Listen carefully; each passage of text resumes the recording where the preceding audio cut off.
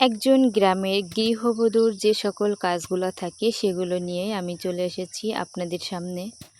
সকালে ঘুম থেকে ওঠা, ফ্রেশ হওয়া, আশিপাশি কাজকর্ম করা। সর্বপ্রথম যে কাজটা করি সেটা হচ্ছে বিছানাটা গুছিয়ে নিয়েছি।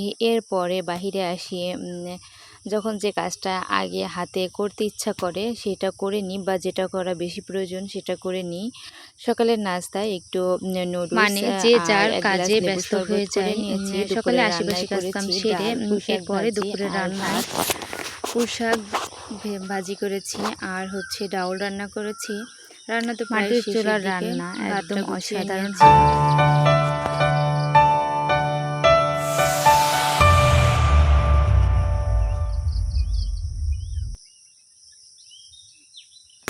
আসসালামু আলাইকুম, আমি নাজমিনারা ভাঙ্গা থেকে বলছি। আপনারা দেখছেন নাজমিনারা ব্লগ। নাজমিনারা ব্লগের পক্ষ থেকে আপনাদের সবাইকে জানাই স্বাগতম।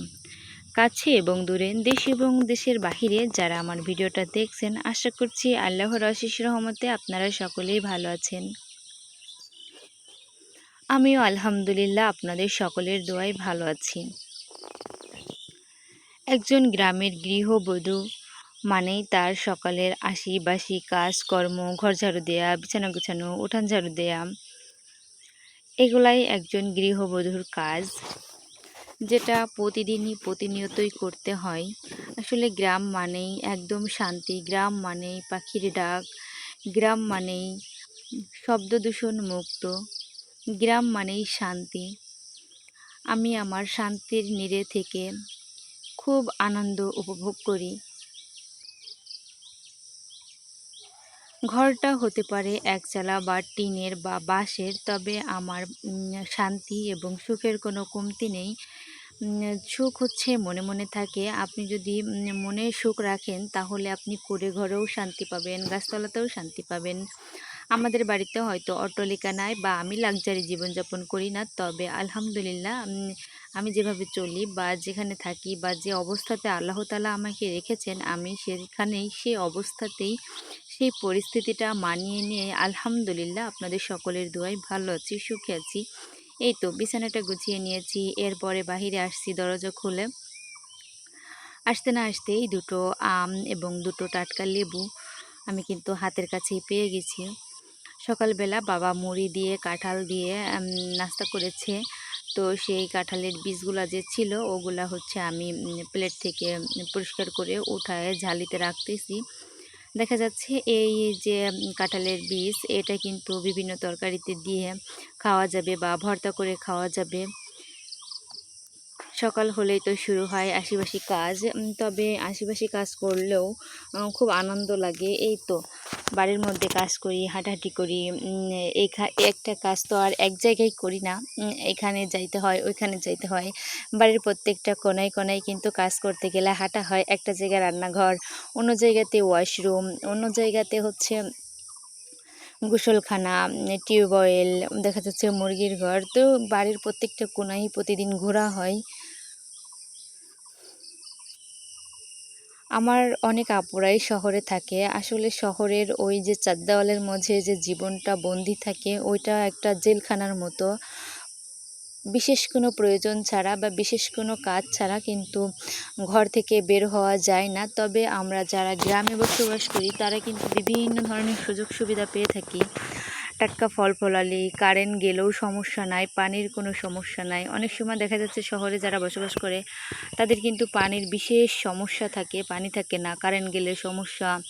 বিল্ডিংয়ের মধ্যে প্রচুর পরিমাণে তাপ, গরম, এ কারণে কিন্তু তাদের বসবাস করতে অনেক সমস্যার সম্মুখীন হন তারা, যেটা আমরা গ্রামে থেকে করি না, ওই সমস্যার সম্মুখীন হই না। গ্রামে বিভিন্ন ধরনের সবজি আছে। দেখা যাচ্ছে যে নিজে একটা মরিচ গাছ, একটা বেগুন গাছ লাগাইছি, ওটা দিয়ে একটা দিন চালিয়ে দেওয়া যায়। বা গ্যাসের কোনো টেনশন নাই, বা কারেন্ট বিলের কোনো টেনশন নাই। হ্যাঁ, কারেন্ট বিলটা সব জায়গায় দিতে হয়, তবে আদার্স অনেক জিনিস আছে যেগুলা থেকে টেনশন মুক্ত থাকা যায়। আমি থালা বাসনগুলো কিন্তু ধুয়ে নিয়েছি। এরপরে চুলা থেকে যে ছাই আছে, মানে চুলাতে লাকড়ি দিয়ে রান্না করার পরে যে অবশিষ্ট অংশটা থাকে এটা প্রতিদিনই তুলে নিতে হয়।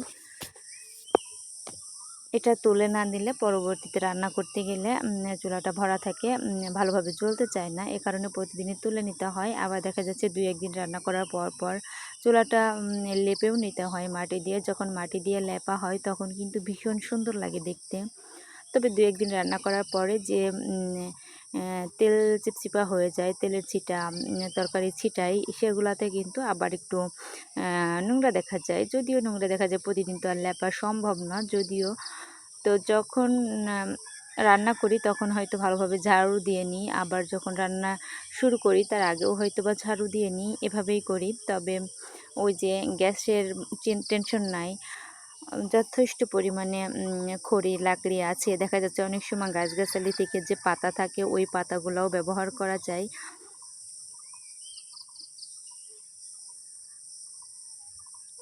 এই যে বাঁশের চোঁচগুলা, এই চোঁচগুলা দিয়েও কিন্তু রান্না করা হবে। এই বাঁশের চোঁচগুলা হচ্ছে কাটা হয়েছিল, কিছু চটি উঠানো হয়েছে, ওইখান থেকে যে বাঁশের চোঁচগুলা বের হয়েছে ওই চোঁচগুলা দিয়ে কিন্তু বেশ ভালোভাবে রান্না হয়ে যাবে। তো ওই চোঁচগুলা সুন্দরভাবে রোদে শুকিয়ে এবং বস্তায় করে রেখে দিয়েছি। নিচে রাখলে হয়তোবা ময়লা হবে, যার কারণে উপরে রেখেছি। এতে করে যখন রান্না করব তখন চুলার দুয়ারে এনে সুন্দর করে ব্যবহার করব। ব্যবহার শেষ হলে পলিথিনটা সুন্দর করে গুছিয়ে রেখে দিব। বুদ্ধি করে যদি কাজ করা যায় আর যদি পরিস্থিতিটাকে মানিয়ে নেওয়া যায় তাহলে সব জায়গায় শান্তি এবং সব কাজেই সফলতা আসে।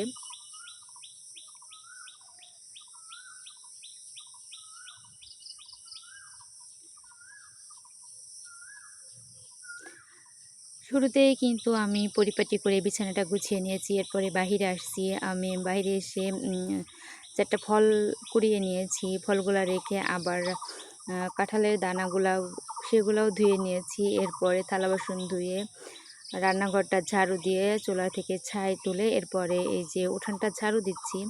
এগুলা হচ্ছে মূলত সকালের বাসি কাজ। এই বাসি কাজগুলো শেষ করব। এরপরে হয়তোবা নিজে একটু নাস্তা করব বা একটু বসে থাকবো।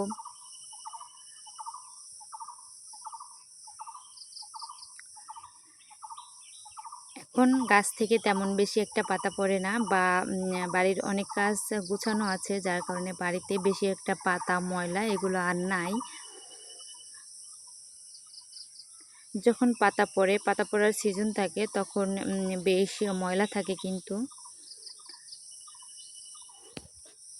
তো আমি শুরুতেই যে ফলগুলো কুড়িয়েছিলাম সেই ফলগুলো এখন কেটে নিচ্ছি। বটিটা ভালো করে ধুয়ে নিচ্ছি, যেহেতু বটিটা দিয়ে সব ধরনের কাজই করা হয়, রান্না বান্না আর কাটাকাটি এবং মাছ সবজি ফলমূল দেখা যাচ্ছে একটা বটি দিয়েই কাটা হয়। যেহেতু এটা শহর না, এটা গ্রাম, তো সেই ক্ষেত্রে একটাই ব্যবহার করা হয়। যখন যেটা প্রয়োজন হয় তখন কিন্তু রান্নাঘরে আসতে হয় বা এসে আমরা কেটে নিয়ে যাই। তো বটিটা খুব সুন্দর করে আগে ধুয়ে নিলাম। ধুয়ে নিয়ে এরপরে লেবুটা সুন্দর করে কেটে নিয়েছি। একটা আম কেটেছি, তবে আমে বেশ পোকা ছিল, সেটাই দেখাচ্ছিলাম। আমটা আর খাওয়ার যোগ্য ছিল না, এ কারণে ফেলে দিতে হয়েছে। এরপরে আমি একটা গ্লাসে পানি দিয়ে চিনি দিয়ে হচ্ছে মিক্স করে নেব।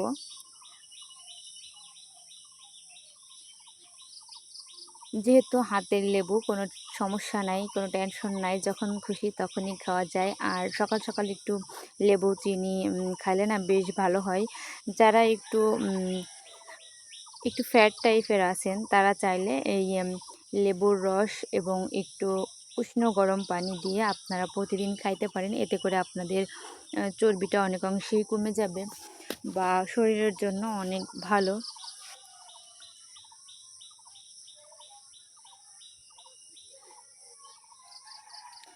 লেবুটা কেটেছি, এত পরিমাণে যে রস সেটা বলার মতো না। ভাতে তো খাই, তারপরেও শরবতে যখন লেবুটা চিপড়াই তখন এত পরিমাণে রস বের হয়, আলহামদুলিল্লাহ এতটা ভালো লাগে, ভীষণ ভালো লাগে। এরপরে রাতে একটু নুডলস করেছিলাম, সেই নুডলসটা মানে কিছুটা খেয়েছিলাম, বাকিটা ফ্রিজে রেখে দিয়েছিলাম। সেইটাই আমি সকালবেলা নাস্তা হিসেবে করে নিয়েছি। সকালবেলা ১ গ্লাস শরবত এবং এক বাটি নুডলস খেয়ে সারাদিন কিন্তু কাজ করা যাবে, মানে দুপুর পর্যন্ত কাজ করা যাবে। এরপরে দুপুরের রান্নায় শাক ভাজি, ডাউল আর হচ্ছে ভাত। তো ভাত রান্না হয়ে গেছে, পুঁই শাক ভাজি করেছি, পুঁই শাকটিও ভাজি করা হয়ে গেছে এবং ডাউলটা চুলাতে আছে। মুসুরির ডাউল আমাদের শরীরের জন্য মুসুরির ডাউল কিন্তু খুবই উপকারী। যখন মাছ মাংস থাকবে না তখন কিন্তু মুসুরির ডাউলটা আমিষের অভাবটা পূর্ণ করে। একদিকে তো আমার রান্না প্রায় শেষ, ভাত হয়ে গেছে, ভাজি হয়ে গেছে, ডাউলটা চুলাতে আছে। এদিকে আমার রান্নাঘরটা একদম পরিষ্কার করে নিয়েছি, একদম ক্লিন করে নিয়েছি, ঝাড়ু দিয়া সব কিছু গুছিয়ে একদম ক্লিন করে নিয়েছি। ভাতটা এভাবে অর্ধেকটা যেটা আমরা দুপুরে খাবো ওইটা শুধু পাতিল থেকে তুলে নেই, আর বাকিটা পাতিলেই থাকে। এরপরে পাতিলটা সুন্দর করে একটু দলাটা ভেঙে দিয়ে চুলার পরে রেখে দিই। ওই ভাতটা রাতেও গরম থাকে, সুন্দরভাবে খাইতে পারি, মনে হয় না যে আমরা ঠান্ডা ভাত খাচ্ছি, গরম ভাতই খাই রাতে এবং দুপুরে গরম ভাত খাই এবং সকালে দেখা যাচ্ছে রুটি বা অন্যান্য নাস্তা খাই। ডাউলটাও সেম, এই যে কড়াইতে একটু রেখে দিব, ওটা রাত্রে খাবো, আর দুপুরে যেটা খাবো সেটা কিন্তু তুলে নিয়েছি। ফ্রিজে আছে, তবে ফ্রিজে রাখার কোনো প্রয়োজন হয় না, ফ্রিজে রাখলে খাবারের টেস্টটা একটু ভিন্ন রকম হয়ে যায়। তো ভাতটা এই যে রান্না শেষে চুলার পরে ভাতটা ছেঁকা বসিয়ে রেখে দিয়েছি। আচ্ছা, আপনারা কি এখনও আমার ভিডিওটা দেখছেন? যদি আপনারা এখনও আমার ভিডিওটা দেখে থাকেন তাহলে একটা লাইক দিতে ভুলবেন না। সবাই ভালো থাকবেন, সুস্থ থাকবেন। আল্লাহ হাফেজ।